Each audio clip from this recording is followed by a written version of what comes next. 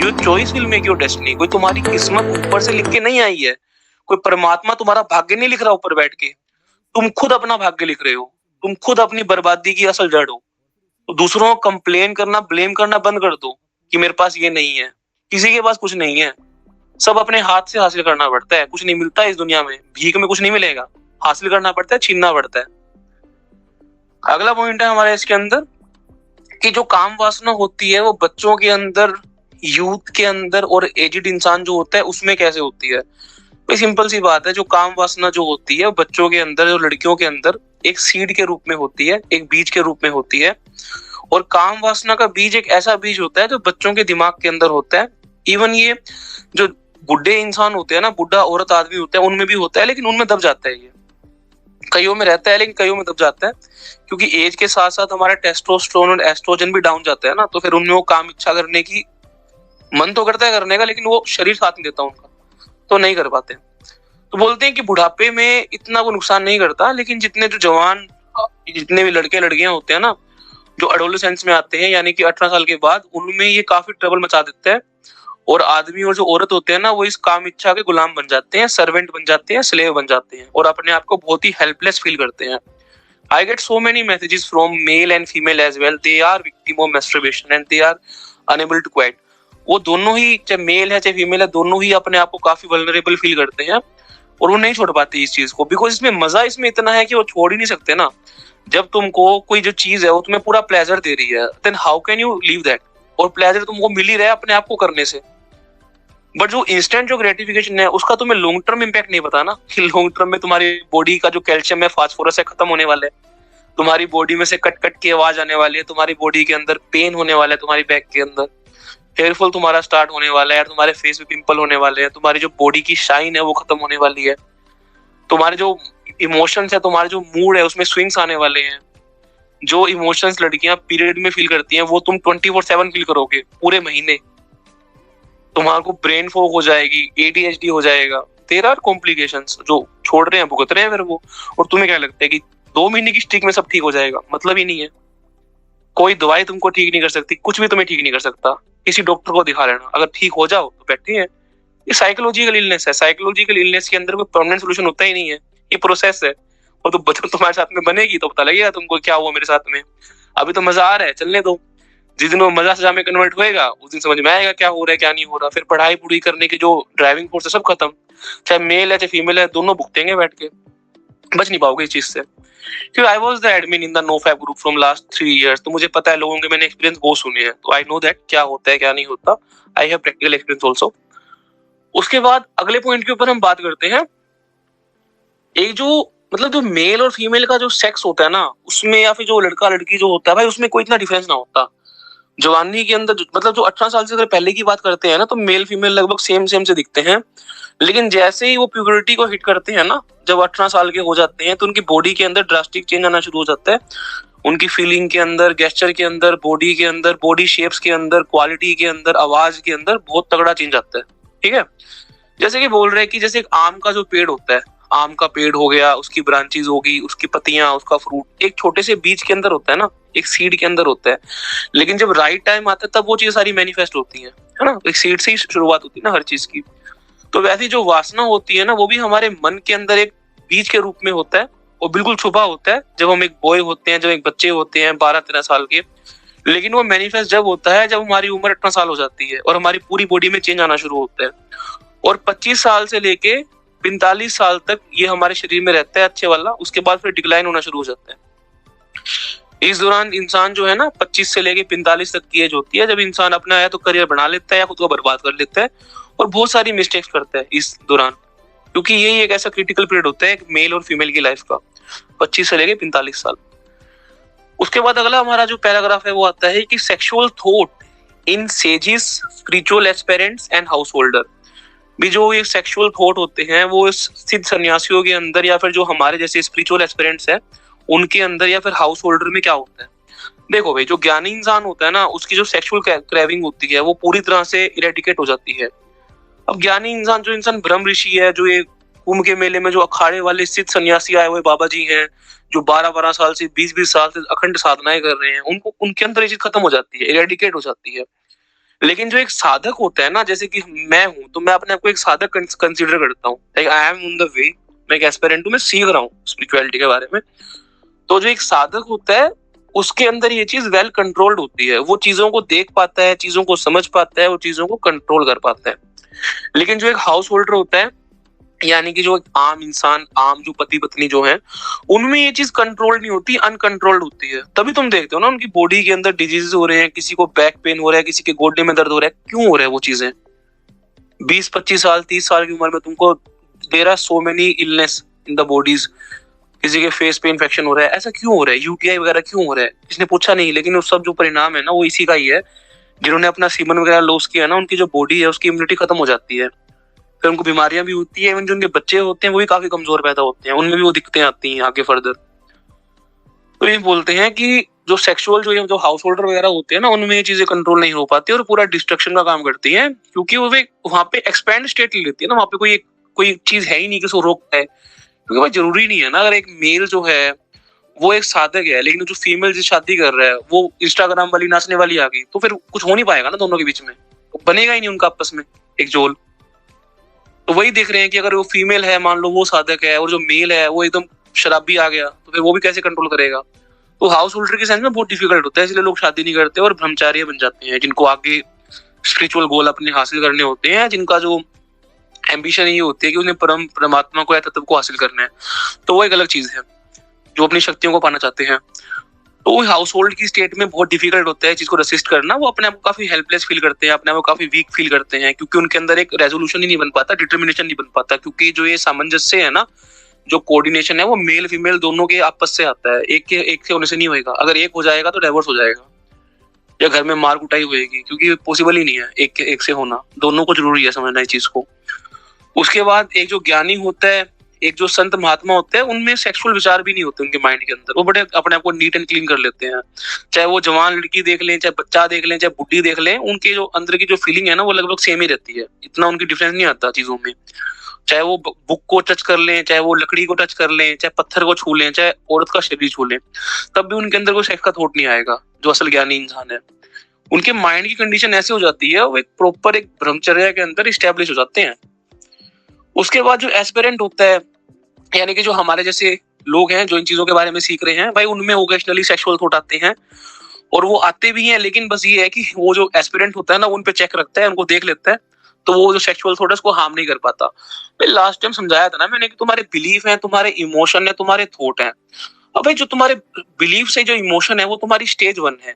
Emotion से thought है, वो स्टेज 2 है। थॉट के बाद ही एक्शन होएगा ना, एक्शन यानी मैस्टरबेशन। तो भाई जब तुम्हारे बिलीफ जो तुम्हारे आ रहे हैं, वो सबकॉन्शियस माइंड से आ रहे हैं ना, तो जो पहली स्टेज है बिलीफ से इमोशन वाली, वहीं पे तुम शुरू हो जाओ ना, राम राम राम राम राम राम राम राम राम, उठ के उस टाइम बैठना शुरू हो जाओ ना, राम राम राम बोलते रहो बोलते रहो बोलते रहो। तुम्हारा थॉट उस टाइम डेड हो जाएगा, जो विचार है डेड उस पहली स्टेज पे।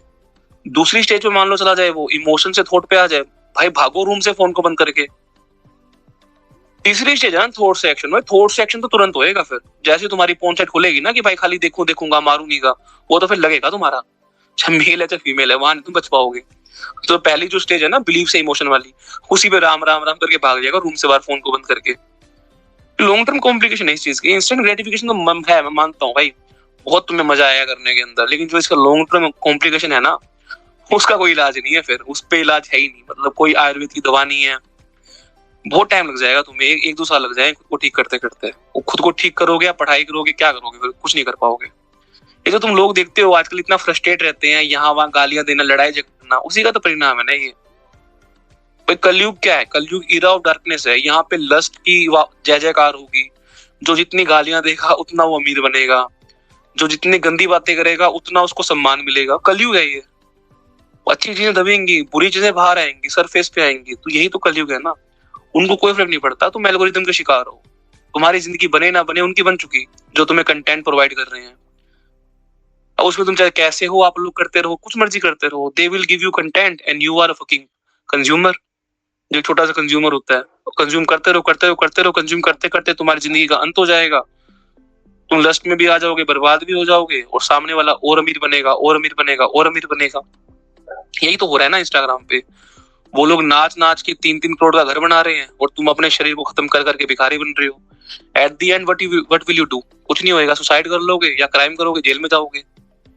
इस बारे में कोई बात नहीं करेगा, क्योंकि किसी को फर्क नहीं पड़ता इस बारे में। जो इलाइट क्लास है वो पैसा कमा रही है दबा के, उसके लिए तो हम वैसे भी कंज्यूमर है, सब कुछ हमको दे रही है। क्योंकि हम तो स्टेज उसमें आते हैं ना, अपना क्लास 3 में आते हैं।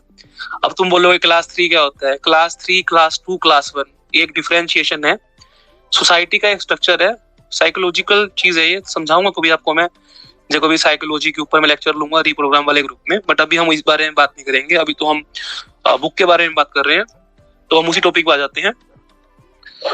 तो उसके बाद हम बात करते हैं कि जैसे कि मैंगो ट्री के ऊपर हमने बात की थी भी, सीड के अंदर हर चीज होती है, उसके शाखाएं भी होती हैं, पत्ते भी होते हैं, फ्रूट भी होता है, लेकिन राइट टाइम आने पे चीजें मैनिफेस्ट होती है ना। तो आगे हम इसमें बात करते हैं कि जैसे ज्ञानी इंसान होता है उसमें सेक्सुअल थॉट बिल्कुल भी नहीं होता, उसको नहीं फर्क पड़ता कि मैं किसको छू रहा हूँ किसको नहीं छू रहा, उसका दिमाग एकदम शांत रहता है। लेकिन जो जैसे हमारे जैसे लोग हैं, साधक होते हैं, एस्पिरेंट होते हैं, उनमें ओकेजनल चीज आती है, लेकिन फिर भी वो अपने ऊपर चेक कर लेते हैं, अपने आप को रोक लेते हैं, कंट्रोल कर लेते हैं। लेकिन एक जो पैशनेट मैन होता है ना, मतलब एक जो नॉर्मल है, जो अपनी कांस्टेंट अपनी वाइफ की कंपनी में रह रहा है, तो वो उसके दिमाग में जो सेक्सुअल थॉट है ना, वो पूरा इंग्रेंड होता है, पूरा एक एस्टेब्लिश होता है, बहुत पावरफुल होता है। और वो चाहता है कि जो मेरी वाइफ है वो सारे काम करते रहे, वो मेरे लिए खाना बनाए, मेरे को कुछ भी रखे, हर चीज जीवन में चलती रहे। और अपनी वाइफ के मरने तक के थॉट से वो परेशान हो जाता है, और वो समझता है कि मैं कौन मुझे खाना खिलाएगा, जो खाना खाना पसंद नहीं होता। चाहे खाना किसी भी बड़े से बड़े कुक के द्वारा बनाया गया, उसको स्वाद नहीं लगेगा अपनी वाइफ की मौत के बाद में, क्योंकि उसकी सेक्सुअल डिजायर उसकी पूरी नहीं हो पा रही। फिर जो ऐसे जो इंसान होते हैं ना, वो कभी भी स्पिरिचुअल लाइन के लिए फिट नहीं होते, वो अनफिट होते हैं, क्योंकि वो माया के प्रभाव में आ चुके हैं, मेटलिस्टिक जिंदगी वो जी रहे हैं। और एक जो आदमी होता है ना, जो औरत की संगति में काफी डिस्गस्ट फील करता है और औरत की संगति को बिल्कुल बर्दाश्त नहीं कर पाता, यही शो है कि उस इंसान के अंदर वैराग्य आ चुका है और वो इंसान वैरागी बनेगा, तो वो एक स्पिरिचुअल सीकर बन सकता है। अब इसके अंदर बोला गया है कि जैसे मान लो आप नींबू के जूस को या फिर इमली के जूस को सोने के कप में रखते हो ना, तो वो खराब वगैरह नहीं होता। गोल्डन कप में रखते हो तो वही, अगर आप उसको किसी ब्रास के या कॉपर के वेसल में रखोगे ना, तो वो खराब हो जाएगा और जहरीला बन जाएगा, पॉइजनस हो जाएगा। तो वैसे ही इसमें बताया गया कि जो जितने भी विषय विकार जो होते हैं ना, अगर वो किसी प्योर माइंड में होंगे ना, जो कॉन्स्टेंट मेडिटेशन प्रैक्टिस कर रहा है, तो ये चीजें उसको हार्म नहीं करती। जैसे हम करंटली मैं काफी मई से लगातार मेडिटेशन कर रहा हूँ ना रेगुलर बेस पे, तो थॉट माइंड में आते हैं, लेकिन उन थॉट के बाद में कुछ हो ही नहीं पाता। उन थॉट्स की इतनी औकात थोड़ी है कि वो मुझे एक्शन करवा देगी, वो मेरा खुद पे कंट्रोल है ना।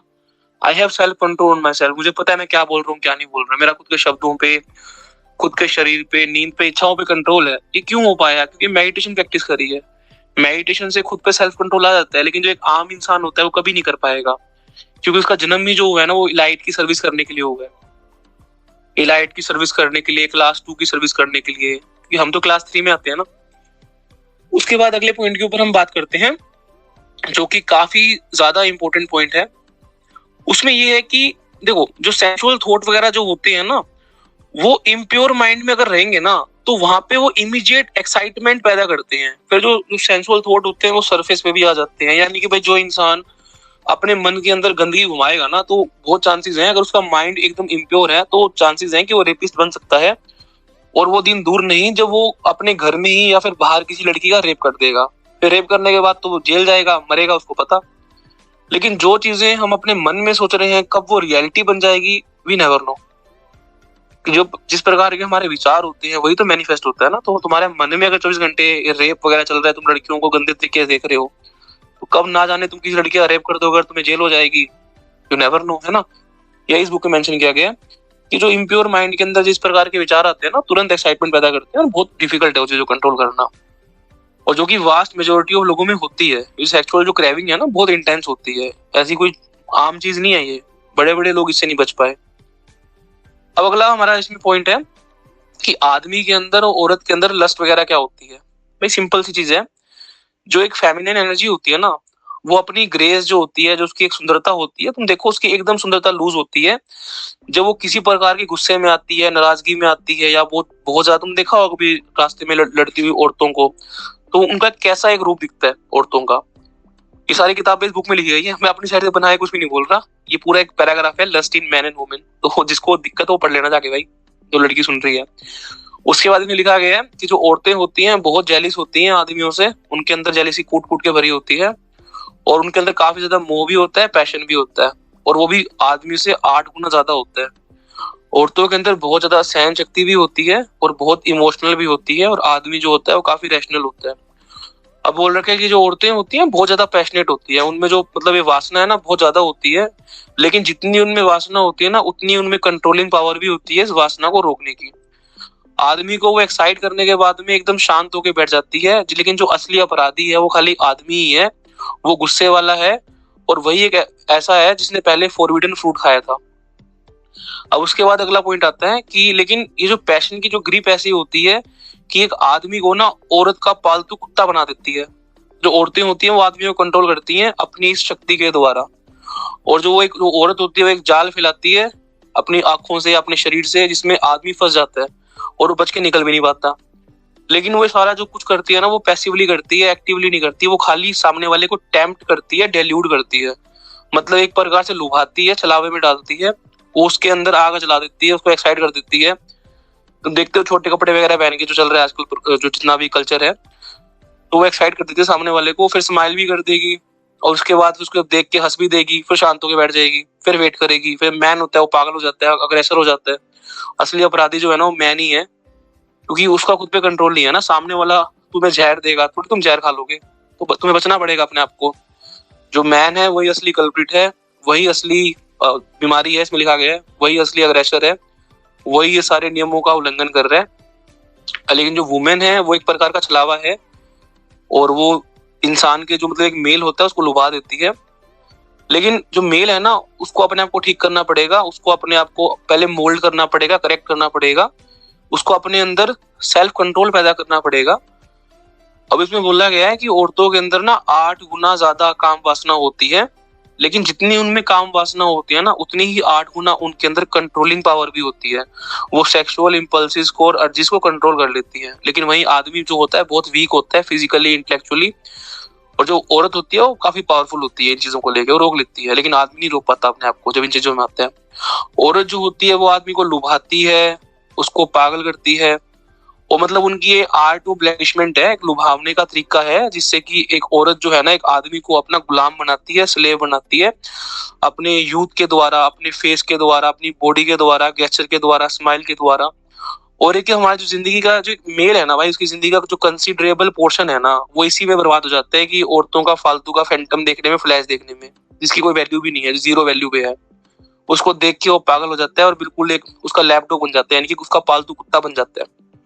उसके बाद बोला गया है कि जो औरत होती है वो काफी शॉर्ट टर्म के लिए ही प्लेजरेबल लगती है, लेकिन ये बहुत ही हमारी हेल्थ के लिए डिस्ट्रक्टिव है। मतलब जो सेक्सुअल जो विक्टिम बनेगा तो फिर तो बर्बाद होएगा ना। इवन जो बाद में भी चीजों को सीख करेगा, अगर इफ यू आर थिंकिंग कि भाई मैं शादी इसलिए कर रहा हूँ कि मुझे ये सब करना है, तो फिर उसका आफ्टर इफेक्ट तो होगा, अगर वो एक हेल्थी मैनर में नहीं है तो काफी नुकसानदायक हो जाता है। तो हमको ऐसी टेम्पट्रेस से बचना पड़ेगा जो हमें इन चीजों में उलझा रही है, ब्लेंडिशमेंट में डाल रही है। We should be aware. और जो हमारी बाकी की बची कुची जिंदगी है, इसमें लिखा गया किताब के अंदर कि गंगा नदी के किनारे जब करते हुए और मेडिटेशन करते हुए बितानी पड़ेगी साइलेंस के अंदर, if you want to follow celibacy. अब बोला हुआ है कि जो एक बिच्छू होता है उसकी पूंछ में जहर होता है, एक जो कोबरा होता है उसके दांतों में जहर होता है, एक जो मच्छर होता है उसके सलाइवा में होता है, तो उसकी पावर बोल लो या जहर बोल लो। वैसे ही जो एक औरत होती है ना उसकी आंखों के अंदर जहरीले बाण होते हैं जो वो भेजती है। और जो ये जो अश्लील जो लड़के जो होते हैं ना, जो पैशनेट जो मेल होते हैं, लस्टफुल जो होते हैं, उनका जो दिल होता है वो इन बाणों से छलनी हो जाता है और बिल्कुल एकदम पागल हो जाते हैं, फिर अपने आप को कंट्रोल नहीं कर पाते। लेकिन जो एक विवेकी इंसान होता है ना वो हमेशा अपने ऊपर सेल्फ कंट्रोल करता है, तो उसके ऊपर जो औरत की आंखों के चलाए हुए बाण जो होते हैं ना वो एकदम से हार्मलेस रहते हैं। तो इसमें बोला गया है कि मतलब जो होता है ना विवेकी इंसान होता है वो औरत की सुंदरता के साथ साथ उसके दोषों को भी देखता है, उसकी कमियों को भी देखता है, और उसको पता होता है कि जो असली सुख है वो इस औरत में नहीं है, सच्चित आनंद के अंदर है, जो कि हमारी आत्मन का प्योर नेचर है। उसके बाद बात आई है कि जो टेलीग्राफिक इंस्ट्रूमेंट होते हैं, जैसे कि जो लड़कियां हैं ना जो अपनी आंखों से टेलीग्राफिक इंस्ट्रूमेंट डालती है, यानी कि हिडन मैसेजेस होते हैं, लव मैसेज होते हैं, जो अपनी स्माइल के द्वारा एक पैशनेट जो यंग मैन होता है उसको एल्योर करती है, बेविज करती है, यानी कि लुभाते हैं ये चीजें उसको। जैसे तुमने देखा था ना वो इंस्टाग्राम पे एक लड़की वायरल हुई थी, वो उसने आग मारी थी और आंख मारती है तो आंख मार के गोली मारती है, वो लड़का फिर पागल होकर गिर जाता है। तो वही इसमें रेफरेंस दिया गया है। दे बिकम प्लेजर डियर, मतलब वो एक बहुत ही सुंदर सी प्लेजरेबल डियर होती है, मतलब एक उसकी तरह ना हिरन की तरह होती है। और जो लड़के होते हैं, जो मेल होते हैं, वो उनके लैपडॉग बन जाते हैं, यानी कि पालतू कुत्ते बन जाते हैं लेडीज के। बेशक कितने मजे पढ़े लिखे हो, वो कितनी एकेडमिक एजुकेशन हो, कितनी बड़ी पोस्ट पे हो, कितना उनके पास टाइटल हो, लेकिन फिर भी वो पालतू कुत्ते बन जाते हैं। व्हाट अ शेम, कितनी शर्म की बात है ये, कि जब काम वासना उनके ऊपर हावी होती है तो अपनी इंटेलेक्ट को भूल जाते हैं और अपने आप को बर्बाद कर लेते हैं। तो इनमें बोला है महाराज ने कि O aspirant, do not be familiar with any women, भी किसी औरत के साथ में ना फैमिलियर होने की नीड नहीं है। एक नोबल आइडियल जिंदगी जीनी है, और ये जो फालतू के जो दिखते हैं इनसे दूर होना है, इससे उभरना है, बाहर निकलना है। बॉडी जो, अगर तुम्हारा ज्यादा मन जो औरतों की तरफ आकर्षित होता है ना, तो उसके बारे में सोचो, उनकी कंपोजिशन के बारे में सोचो। उनके अंदर भी मल मूत्र मवाद भरी पड़ी है उनके शरीर के अंदर, जो तुम्हारे शरीर के अंदर भी है। तो जो तुम बाहरी जो शरीर की जो सुंदरता देख रहे हो ना, तो उसके साथ उनके शरीर की दुर्गति जो है, जो दुर्गंध है, वो भी देखो। देर आर दोनों थिंग है, वो अच्छा अच्छा नहीं, गंदा भी होता है। तो जो मेंटल इमेज है अपने दिमाग में लेके आओ, एक मरी हुई औरत की या फिर उसके स्केलेटन की, तो तुम्हें ये जो काम वासना है बिल्कुल परेशान नहीं करेगी, क्योंकि तुम एकदम नॉर्मल हो जाओगे और तुम्हारी काम इच्छा के ऊपर कंट्रोल आना शुरू हो जाएगा और तुम्हारे अंदर वैराग्य की भावना जागनी शुरू हो जाएगी। क्योंकि जितना भी ये कारण होते हैं ना औरत की तरफ अट्रैक्शन का, ये तुम्हारे अंदर की जो वासनाएं हैं, तुम्हारे अंदर की जो सटल डिजायर है, यानी कि जो दबी हुई इच्छाएं हैं, जब तक तुम उनको वाइप आउट नहीं करोगे ना, तुम्हारे दिमाग से वो खत्म नहीं होती, तब तक तुम्हारे अंदर की जो अट्रैक्शन है वो भी खत्म नहीं होगी। और जिस इंसान ने इस दुनिया की सारी औरतों को और पैसे को लात मार दी है ना, वही असली मतलब मायने में एक संत बन पाता है। वही जो है इस देश दुनिया को छोड़ पाता है। मतलब जो औरत को और जो पैसे, जो औरत को और जो पैसे को छोड़ देगा ना, वही जो रियल है, जो पूरी दुनिया को छोड़ के एक असली संत बन पाता है। तो यहाँ हमारा आज का चैप्टर समाप्त होता है। अब हम प्रार्थना करेंगे प्योरिटी के लिए। O loving lord of compassion, हे प्रभु, the soul of my soul, the life of my life, the mind of my mind, the ear of my ears, light of light, son of sons, give light and purity. Let me get established in physical and mental brahmacharya. Let me be pure in thoughts, words, and deed. Give me strength to control my indriyas and observe the brahmacharya word. Protect me from all sorts of temptation of this world. Let all my indriyas be ever engaged in thy sweet service. Wipe out the sexual sanskara and vasana. Annihilate lust from my mind. Make me a true brahmachari, sadachari, udarveta yogi. Let me be chaste in my look. Let me always walk in the path of righteousness. Make me as pure as Swami Vivekananda, Dayananda, Bhishma Pitama, Hanuman or Lakshmana. Forgive all my apradhas. I am thine. Rahi, protect. Prachodayat, enlighten. Guide me. Om.